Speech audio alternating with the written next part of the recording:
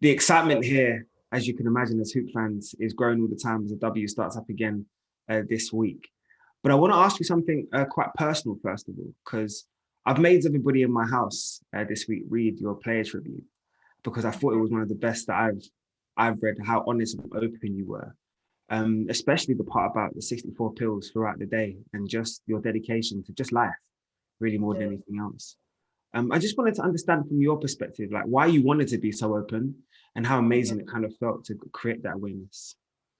Yeah, I wanted to be open because I know there are a lot of silent patients out there dealing with whether it be Lyme disease or something else, that need to know that there's other people going through what they're going through. And with the unknowns of the pandemic mixed with already having a chronic illness, it just didn't feel safe to go. And I felt like by just being open about that moment, I was able to reach out and meet a lot of people who are going through the same thing, whether they were trying to go back to work from shutdowns or whether they have chronic illness that they weren't even truly aware about.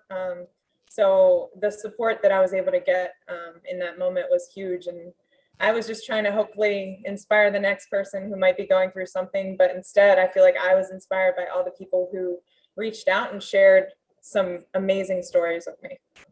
Elena, you've always had an impact on the court with who you are as a president, as a role model, but did you feel it was such a different sort of transition in terms of spreading awareness about something that maybe a lot of people weren't sort of clued up or educated on? Yeah, this just felt right to me in the moment. And I know the battles that I've had to face by just trying to get people to believe me that I have a chronic illness. And there's so many unknowns still about Lyme disease. And just a lot of times the treatment isn't great, or it's not affordable, or the testing isn't great. So by just kind of being open about what I've dealt with, I'm hoping that can change things in the medical world, and hopefully we'll have less sick individuals dealing with this. But yeah, I feel like, on the court, you can obviously have an impact, you can inspire, but this was a little bit different for me in reaching out, especially about my health. First of all, just inspirational. Thank you as always, just for always raising awareness. But I ask you now as a person who cares and also a person who's interested too. I mean, I saw sort of the great stance that you took in sort of opting out of the W season last year. So you didn't expose yourself to a disease we were all learning about in terms of the coronavirus. Is there still that fear now, even though we've moved on almost 12 months or so? I feel like we just know so much more now. Obviously, there's always the fear of contracting the virus or spreading it to somebody else. But for me, I feel like there's way more knowns than unknowns. I feel like through the bubble situation and through even watching the NBA this year, there's a lot of things we've been able to learn and ways to keep players, families, coaches, and everybody safe. And also now with more people being vaccinated, that kind of also adds another little bit level of comfort. So I'm hoping we can all continue to stay safe, be healthy, but hopefully get a little bit back to normal and hopefully get more and more fans in the building as the season goes on. So I'm feeling confident and excited about, the season coming up. I appreciate your openness. Now let's talk about the hoops. I want to hear about the ambitions for the Mystics this year. Talk to me. I know you're a leader on that team. I know you're a leader in that franchise. What sort of the direction that you guys are sort of targeting? Yeah, so from our championship 2019 team to today, our team looks much different.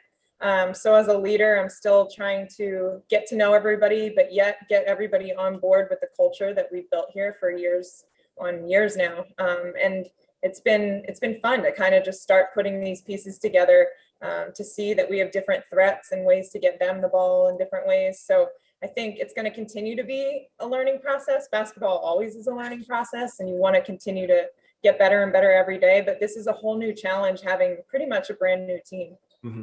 So talk to us about that settling process, because I see the rookie Davis come in. I'm also seeing sort of, it would be unique for, you see Stella, you see Kiera, you see Julian, you see Serg. They're all sort of sophomore players, but they're still going to be learning, especially with the new parameters and the growth of the league. What sort of conversations are you having with them as a leader?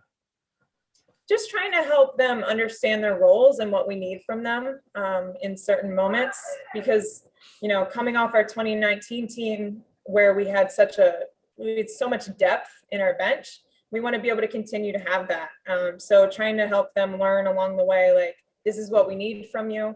This is what we're looking for, just to try to simplify the game, because it comes so quickly. There's different terminology, you're learning different players. And if I can just help kind of simplify things and try to keep their brains from spinning too much, that's part of my job as a leader.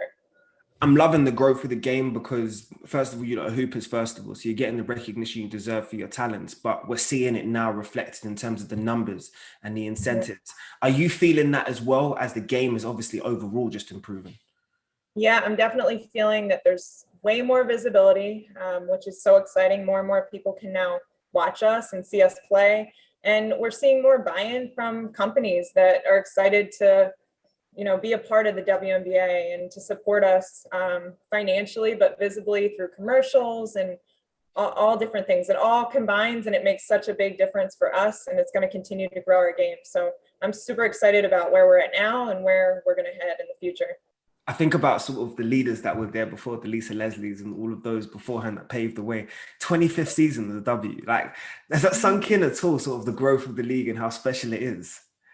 Yeah, it's amazing that, first of all, we're still going. I feel like there's been a lot of leagues that have not lasted nearly this long.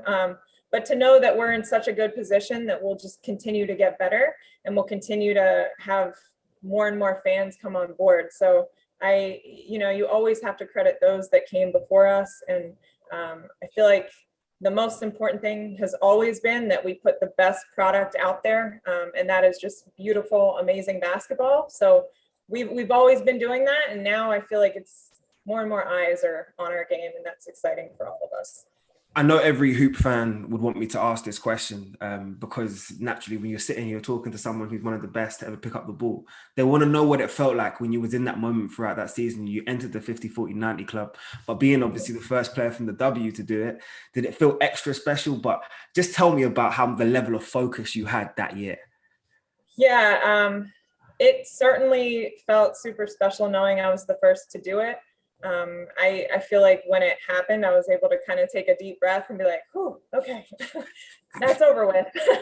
But I think my efficiency came from how incredible our offense was. We were like a well-oiled machine, just getting people the ball in spots that we knew we could be successful. So our team offense is what led to me being able to have a season like that. And super grateful for my teammates and my coaches for putting me in the position to make history.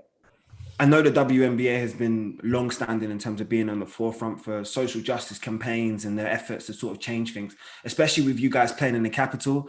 I know how much that is important to you guys as well. I love the logo on the front, Rise, this year. I've seen so many different players put it on there. Just talk to us about sort of the conversations that went forward with sort of those discussions and why those sort of messages were so important for you guys.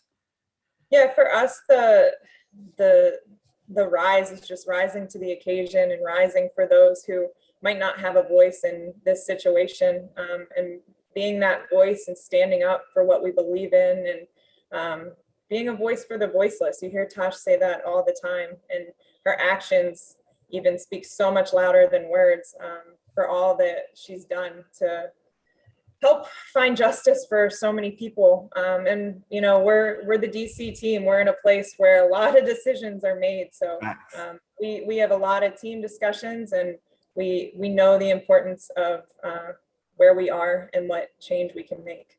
That's something that's so great about the W as players. Like, yes, we feel like we've done a lot, and I feel like the collective has done a lot, but there's so much more to do, and we're always looking to just better the community, just continuing to get out into our communities, and also being there to inspire the young ones who are looking towards us to not just help make for better communities, but to be there with them, and to motivate them, and to make this a better world for them as they continue to grow up.